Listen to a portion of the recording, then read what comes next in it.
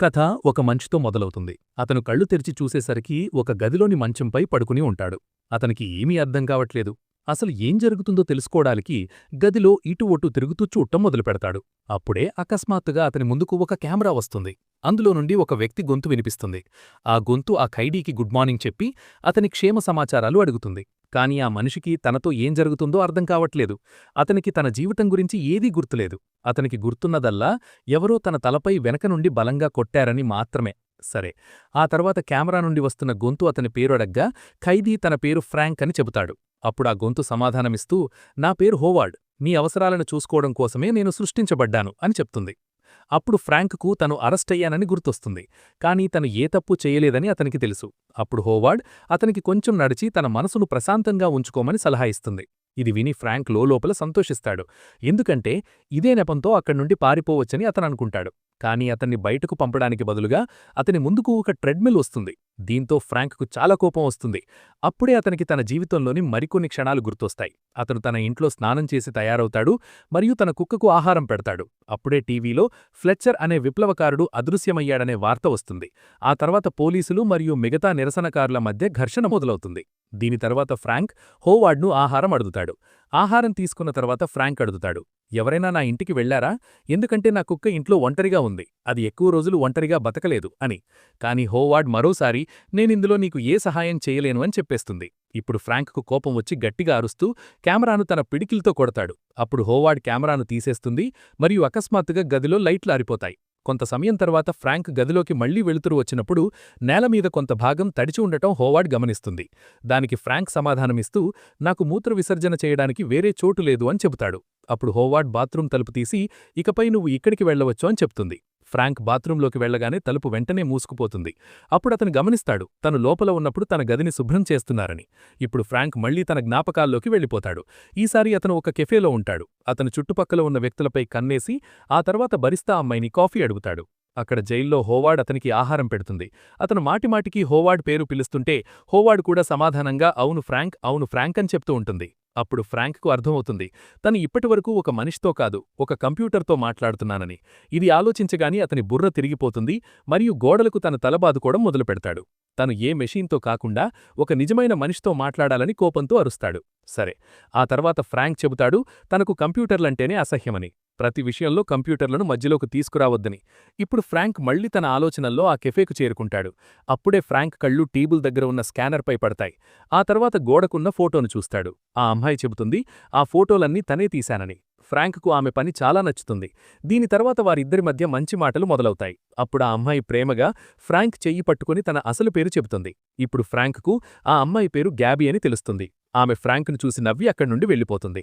అదే క్షణంలో కొంతమంది ఆయుధాలు పట్టుకున్న వ్యక్తులు ఫ్రాంక్ను వెనక నుండి చుట్టుముడతారు.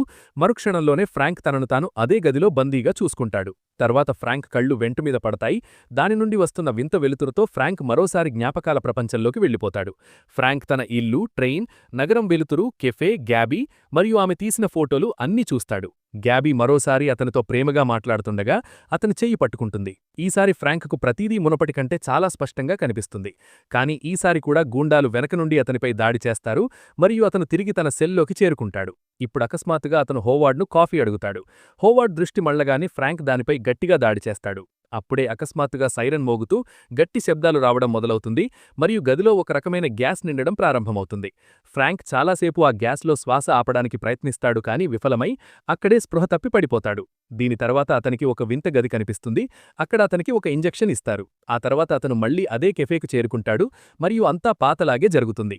కానీ గ్యాబీ ఫ్రాంక్ చాలా ఆందోళనగా మౌనంగా కూర్చొని ఉండటం చూసి తన వైపు నుండి కాఫీ తయారుచేసి ఇస్తుంది. త్వరలోనే కస్టమర్లందరూ వెళ్ళిపోతారు. కాని ఇప్పటివరకు ఫ్రాంక్పై దాడి చేసే వ్యక్తులు గారు. అప్పుడతనికి అర్థమవుతుంది ఈసారి గ్యాబీ తనను కాఫీకి డబ్బులు అడగలేదని, దానివల్ల కార్డ్ రీడర్ స్కానర్ యాక్టివేట్ అవ్వలేదని. ఇప్పుడు గ్యాబీ ప్రశాంతంగా అతనితో మాట్లాడుతుంది. కాని ఫ్రాంక్ ఆమెను మధ్యలోనే ఆపి ఇదంతా ఏదైతే జరుగుతోందో అది నిజం కాదు అని చెప్తాడు. గ్యాబీకి ఏమీ అర్థం కాదు మరియు కుర్చీలు ఎత్తడంలో ఫ్రాంక్ సహాయం అడుగుతుంది. ఫ్రాంక్ లేవగానే అతని దృష్టి మాటిమాటికి ఆ స్కానర్ పైనే పడుతోంది. అతను స్కానర్ను నిశితంగా పరిశీలిస్తే అందులో వేరే మనిషి ఐడెంటిఫికేషన్ నెంబర్ రాసి ఉండటం బయటపడుతుంది. అదే సమయంలో తుపాకులు పట్టుకున్న కొంతమంది వ్యక్తులు అతని వెనక వచ్చి నిలబడతారు. అకస్మాత్తుగా ఫ్రాంక్ కళ్ళు తెరుచుకుంటాయి. అతను మళ్లీ సెల్లోకి చేరుకుంటాడు. ఇప్పుడు అతనికి అర్థమైంది పొరపాటు ఎక్కడ జరిగిందో. నిజానికి కాఫీ షాప్లోకి వచ్చిన పోలీసులు తప్పుడు ఐడెంటిఫికేషన్ నెంబర్ వల్ల అసలు నేరస్తుణ్ణి బదులుగా ఫ్రాంక్ను పట్టుకున్నారు. కానీ దీనిపై హోవార్డ్ అంటుంది బయోస్కానర్ తప్పు చెయ్యదని. కానీ ఫ్రాంక్ చెబుతాడు సిస్టంలో వేరే వారి నెంబర్ మీద తన పేరు వచ్చేసింది, బహుశా ఈ గ్లిచ్ వల్లే ఈ తప్పు జరుగుతోందని.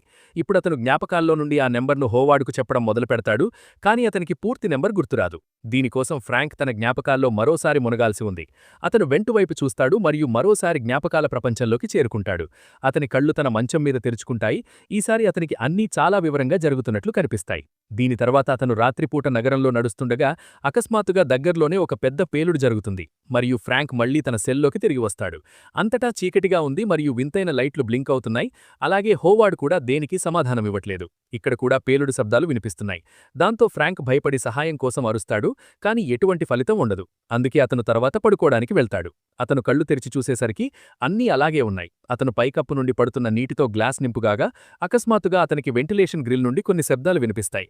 అతను పరుగెత్తుకుని అక్కడికి వెళ్లగా ఒక వ్యక్తి కనిపిస్తాడు. ఫ్రాంక్ అతన్ని అడుగుతాడు, "నువ్వు కూడా ఒక ఖైదీవేనా?" అని. ఆ వ్యక్తి గ్రిల్ను విరగ్గొట్టి, "మనల్ని ఇక్కడ బంధించిన కంపెనీ ఓడిపోయిందని, ఇక్కడి వార్డెన్లు బిల్డింగ్ వదిలి పారిపోయారని, ఇక్కడి ఎలక్ట్రానిక్ నెట్వర్క్ పూర్తిగా స్తంభించిపోయిందని" ఆ ఖైదీ ఫ్రాంక్ను చెబుతాడు. వెంట్ లైట్ల సహాయంతో మనుషుల్ని సమ్మోహనం చేసి ఈ కంపెనీ వారి జ్ఞాపకాలను దొంగలిస్తోందని, వారు ఖైదీల మెదడులోకి చొరపడి మోసంతో రహస్య సమాచారాన్ని సేకరిస్తారని. కాని త్వరలోనే ఆ రెండో ఖైదీ గది గ్యాస్తో నిండిపోతుంది. ఫ్రాంక్ అతన్ని పిలుస్తాడు. కానీ అప్పటికే చాలా ఆలస్యమైపోతుంది. తర్వాత ఫ్రాంక్ కళ్ళు తెరిచి చూసేసరికి గదిలోని వస్తువులన్నీ పాతలాగే వాటి స్థానాల్లో ఉంటాయి. మరోసారి అతను అదే జ్ఞాపకంలోకి వెళ్ళిపోతాడు. అతను గ్యాబీతో కెఫేలో ఉంటాడు. గ్యాబీ అతని పేరు పిలవగానే ఫ్రాంక్ అతన్ని అడుగుతాడు, తను ఇలాగే ఇక్కడ కూర్చోవచ్చా అని. గ్యాబీ అతనికి అనుమతి ఇచ్చి వేరే వాళ్ల ఆర్డర్ తీసుకోవడానికి వెళ్తుంది. అకస్మాత్తుగా స్కానర్ యాక్టివేట్ అవుతుంది. ఫ్రాంక్ వెంటనే దాక్కుంటాడు. ఎందుకంటే తను పట్టుకోవడం ఇష్టం లేదు. అతను గ్యాబీకి నిజం చెబుతాడు. ప్రభుత్వం తనను ఒక సెల్లో బంధించింది. అక్కడ న్యూరో ట్రాన్స్మిటర్ ద్వారా తను చెయ్యని నేరానికి సాక్ష్యాలు వెతుకుతున్నారని. దీని తర్వాత అతనితో రోజంతా ఏదైతే జరుగుతుందో అదంతా రిపీట్ అవుతూ ఉంటుంది. అతని ఉదయం, కెఫే, గ్యాబీ, హోవార్డ్, కెమెరా మరియు అతని వెనక తుపాకుల శబ్దాలు. అతను గ్యాబీతో ఉన్నప్పుడల్లా వారిద్దరూ నెమ్మదిగా దగ్గరవుతారు. ఇప్పుడు గ్యాబీ అతని ప్రతి జ్ఞాపకంలో కనిపిస్తోంది మరియు ఆమెకు ఫ్రాంక్ కథ విజమని అనిపించడం మొదలవుతుంది. దీని తర్వాత అతను మళ్లీ జ్ఞాపకాల్లో ఉన్నప్పుడు పోలీసులు అతన్ని అరెస్టు చేయడానికి రాగా ఫ్రాంక్ మరియు గ్యాబీ కలిసి వారిపై దాడి చేస్తారు. ఫ్రాంక్ వారిని ప్రశ్నలు అడుగుతాడు. కానీ అప్పుడే అతనికి అర్థమవుతుంది ఇదంతా తన మెదడులోనే జరుగుతోందని. ఫ్రాంక్ ఈ విషయం గ్యాబీకి చెప్పడానికి ప్రయత్నిస్తాడు. గ్యాబీ అతన్ని శాంతింపచేసి కలిసి అంతా సరిచేస్తామని మాట ఇస్తుంది. ఇప్పుడు ఫ్రాంక్ తిరిగి సెల్కు చేరుకొని హోవార్డ్తో మాట్లాడతాడు. అప్పుడే అతను గమనిస్తాడు హోవార్డ్ ఒక్కోసారి 10 సెకండ్ల పాటు ఆగిపోతోందని. ఇప్పుడు ఫ్రాంక్ మళ్లీ జ్ఞాపకాల్లో గ్యాబీని కలిసి ఈ విషయం చెబుతాడు. హోవార్డ్ 12 సెకండ్ల పాటు ఆగిపోతుంది కాబట్టి అక్కడి నుండి పారిపోవడానికి అతనికి ఒక అవకాశం ఉంది. ఫ్రాంక్ గ్యాబీకి చెబుతాడు తాను ఈరోజే పారిపోయే ప్లాన్ను అమలు చేస్తానని. ఇప్పుడు గ్యాబీ నుండి విడిపోయే సమయం వచ్చింది. ఎందుకంటే సెల్ నుండి పారిపోయిన తర్వాత అతను ఆమెను మళ్లీ ఎప్పటికీ కలవలేనని. గ్యాబీ కేవలం అతని జ్ఞాపకాల సృష్టి అయినప్పటికీ ఆమెను దూరం అవ్వడం ఫ్రాంక్కు బాధ కలిగిస్తుంది. అతను గ్యాబీకి మాట ఇస్తాడు తను ఆమెను నిజ జీవితంలో ఖచ్చితంగా వెతికి పట్టుకుంటానని. అప్పుడు గ్యాబీ అతని దగ్గర డబ్బులు తీసుకుని ఆర్డర్ తీసుకుంటుంది. అప్పుడే స్కానర్ యాక్టివేట్ అవుతుంది మరియు ఫ్రాంక్ గ్యాబీని ముద్దు పెట్టుకుంటాడు. అకస్మాత్తుగా తుపాకులు పట్టుకుని పోలీసులు వస్తారు. గోలీ పేలగానే ఫ్రాంక్ సెల్లోకి తిరిగి వస్తాడు. హోవార్డ్ మళ్లీ అతనితో మాట్లాడడం మొదలుపెడుతుంది. అప్పుడు ఫ్రాంక్ కాఫీ అడుగుతాడు. తర్వాత ఫ్రాంక్ బాత్రూం తలుపు తీయించాడు. అక్కడే నిలబడతాడు. హోవార్డ్ 12 సెకండ్ల పాటు ఆగిపోగానే ఫ్రాంక్ త్వరగా కెమెరాపై ఒక బ్యాగ్ వేసి టాయిలెట్ నుండి ఒక ఇనుప పైపు తీస్తాడు. హోవార్డ్ మళ్లీ ఆన్ అవుతుంది. అప్పుడే గదిని శుభ్రం చేసే రోబోట్ అక్కడికి వస్తుంది. ఫ్రాంక్ వెంటనే దానిపై దాడి చేసి పగలగట్టి హాల్లోకి పరుగెడతాడు. దీని తర్వాత ఫ్రాంక్ అండర్గ్రౌండ్ బంకర్ మూత తీసి చివరికి అక్కడి నుండి బయటకు వస్తాడు. అతను చూస్తే అది ఒక ఎడారి. పర్వతాల వైపు పరుగెడతం మొదలుపెడతాడు. నడుస్తూ నడుస్తూ ఒక గ్యాస్ స్టేషన్కు చేరుకుని నీళ్లు బాటిల్ కీసి తాగుతూ ఉంటాడు. అప్పుడే అకస్మాత్తుగా అతనికి గ్యాబీ కెఫే ఫోటో కనిపిస్తుంది. అతని చేతిలో నుండి బాటిల్ జారిపోతుంది మరియు అతను మరోసారి సెల్లోకి చేరుకుంటాడు. అప్పుడు అతనికి అర్థమవుతుంది తాను పారిపోయే ప్లాన్ అంతా ఒక భ్రమే అని. అతనికి చాలా కోపం వచ్చి చెబుతాడు తాను ఇప్పటి నుండి ఏదీ తినను తాగను అని. ఇప్పుడు హోవార్డ్ అతన్ని బయటకు పంపాల్సిందే, లేకపోతే అతను అక్కడే ఆకలి దప్పులతో చనిపోతాడు. దీనివల్ల హోవార్డ్ అతన్ని బ్రతికించే టాస్క్ పూర్తి చేయలేదు. చివరికి ఫ్రాంక్కు అంతా గుర్తొస్తుంది తనని ఇక్కడికి ఎందుకు తెచ్చారో. నిజానికి ఫ్రాంక్ మెషీన్లకు వ్యతిరేకంగా పోరాడే ఎలయన్స్ మెంబర్. అతను ఈ సిస్టమ్ను నాశనం చేయడానికి ఒక వైరస్ తయారు చేశాడు మరియు ఆ వైరస్ ఉన్న ఫ్లాష్ డ్రైవ్ అతని దగ్గరే ఉంది. కాని తనను పట్టుకున్నప్పుడు ఫ్రాంక్ తన మెదడులోని లోతులను మూసివేయడంలో విజయవంతమయ్యాడు. దానివల్ల కంపెనీ నిజం తెలుసుకోలేకపోయింది.